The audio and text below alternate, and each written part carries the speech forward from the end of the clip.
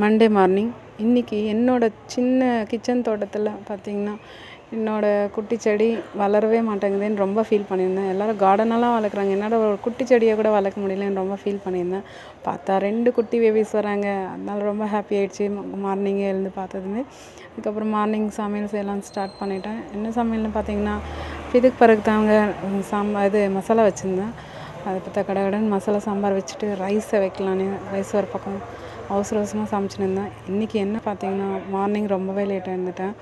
ஒரு பழமொழி இருக்குது, எருமைங்க தான் ரொம்ப லேட்டாக எழுந்திருக்கும்னு. அந்த மாதிரி நான் ஒரு எருமையாயிட்டேன். இன்றைக்கி ரொம்ப கஷ்டமாக போச்சு.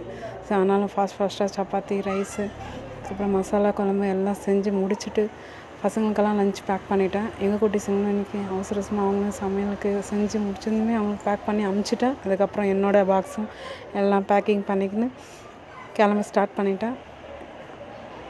இன்றைக்கி ரொம்பவே நல்லா வந்திருந்தது.